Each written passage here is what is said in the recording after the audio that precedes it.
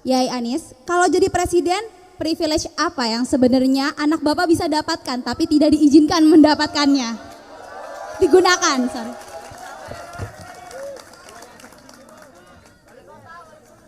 Yang jelas nggak jadi caleg gitu kan. Nggak, gini. Kalau janji tentang besok itu kan baru akan ya. Bagi yang mengatakan bebas mengatakan apa saja, yang mendengar juga nggak bisa membantah. Jadi saya mau ceritakan saja, saya pernah bertugas sebagai Menteri Pendidikan dan Kebudayaan. Dan anak saya berada di sekolah. Berada di sekolah itu artinya di bawah bidang Kementerian Pendidikan dan Kebudayaan. Tidak pernah sedikit pun saya terlibat di dalam urusan anak-anak saya di sekolah, untuk urusan apapun. Bahkan ketika mereka mendaftar ke sekolah, ya mereka daftar sendirian. Justru punya beban, kalau saya ini rasanya risih ngontak kepala sekolah, risih ngontak rektor. Dan saya ingat ketika 2016 kalau tidak salah, anak saya itu lulus SMA. Kan kalau SMA itu ada apa yang diterima langsung itu namanya?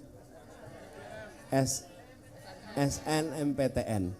Nah dia sekolah di lab school, yang anak lab school di Jakarta yang siswanya itu banyak sekali yang diterima di SNMPTN. Dan anak saya termasuk yang tidak diterima. Okay? Dan ketika tidak diterima justru jadi berita, dan dia tuh merasa juga kenapa saya tidak diterima jadi berita. Dan itu merasa kan saya nggak melakukan sesuatu yang salah gitu. Dia harus mengikuti ujian sendiri, yang ujian itu namanya SBM, dan dia harus mengikuti ujian sendiri dengan apa tegang. Kalau tidak, karena dia tahu bapaknya nggak akan ngebantuin. Baik, alhamdulillah anak-anak itu diterima di Fakultas Hukum UI, dan alhamdulillah tahun lalu selesai kuliahnya, 2 tahun lalu. Saya nggak ikut-ikut.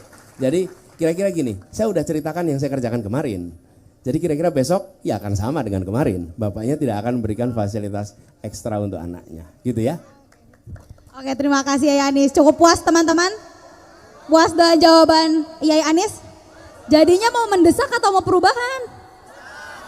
Desak untuk perubahan ya?